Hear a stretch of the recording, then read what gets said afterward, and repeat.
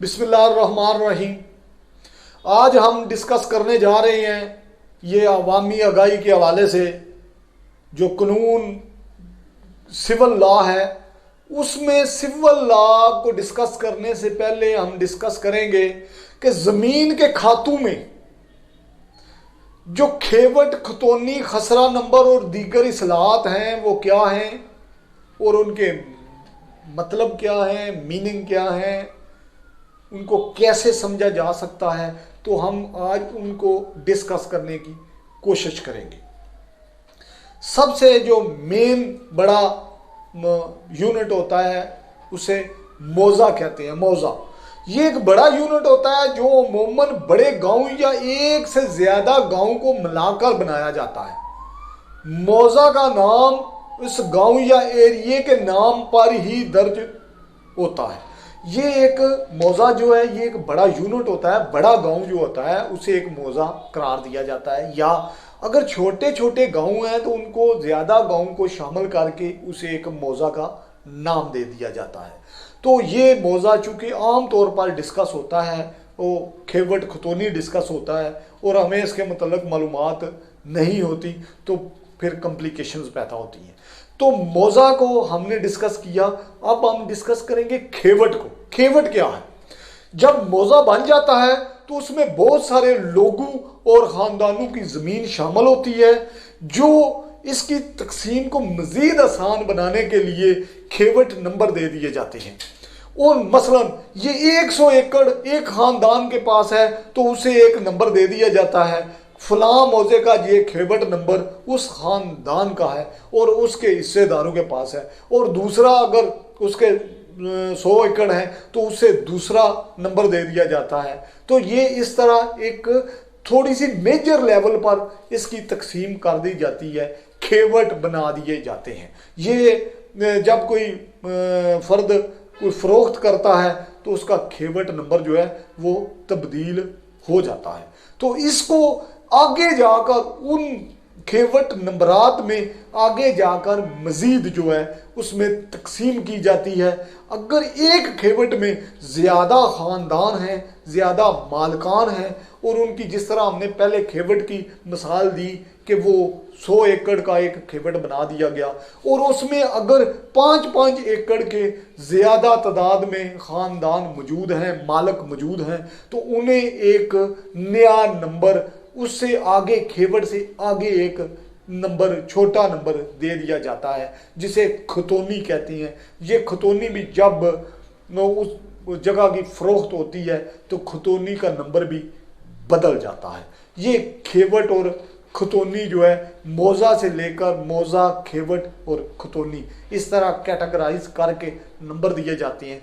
तो इससे आगे जो है एक खसरा नंबर दिया जाता है जो बदलता नहीं है। वो खसरा नंबर खतौनी से आगे जब बात चलती है तो खतौनी में जो हमने पहले मिसाल दी है 5 एकड़ थे, उसमें से 5 एकड़ में उनकी तादाद जो 5 एकड़ से को खास एक नंबर दे दिया जाता है जो एक खसरा नंबर कहलाता है।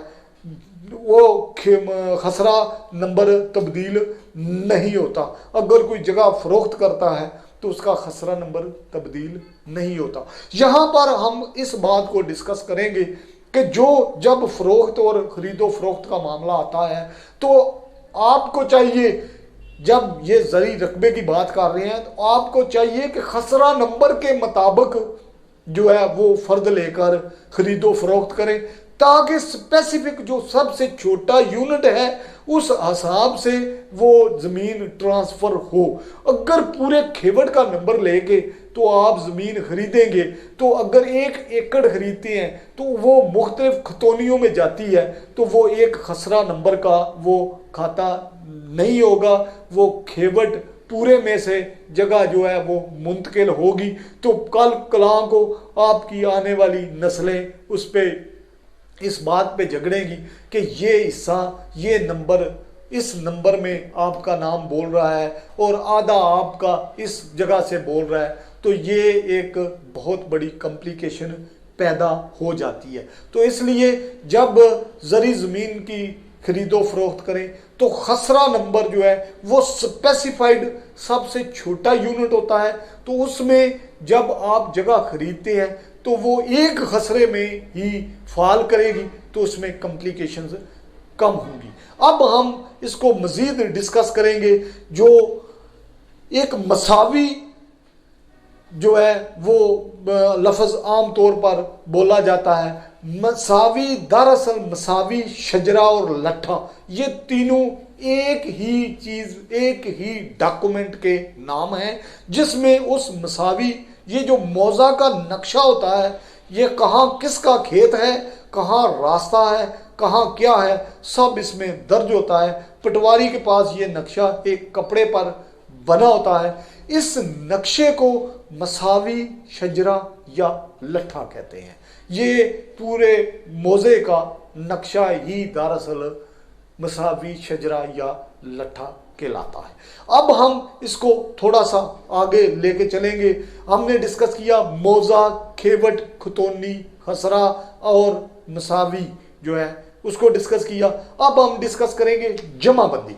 जमाबंदी एक्चुअली क्या है? जमाबंदी जो है इसमें एक मौजा की, किसी खेवट की, किसी खतौनी की, किसी खसरा में जो कितने मालिक हैं सबकी तफसील दर्ज होती है। और इसमें यह भी दर्ज होता है कि मालिक कौन है, जमीन कौन काश्त कर रहा है, ठेका पर है या जमीन की रजिस्टर में तफसील जो है इसी बुनियाद पर दर्ज होती है कि ठेका पर है या किस तरह उसकी काश्त हो रही है। और उसमें खेवट, खतौनी और खसरा नंबर और मौजा के तमाम तफसीलात जो है, उनके मालकान की तफसीलात, काश्त करने वालों की तफसीलात उस जमाबंदी में मेंशन की गई होती हैं। इसे जमाबंदी कहते हैं। और सबसे आखिर में हम डिस्कस करेंगे गिरदावरी को। गिरदावरी क्या है?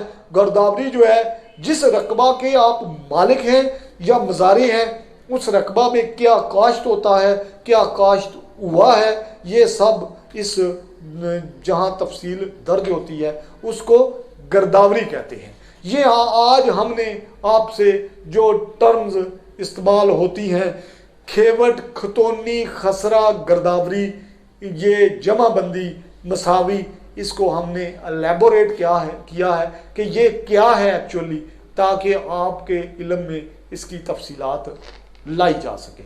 थैंक यू जी, बहुत शुक्रिया। Thank you very much.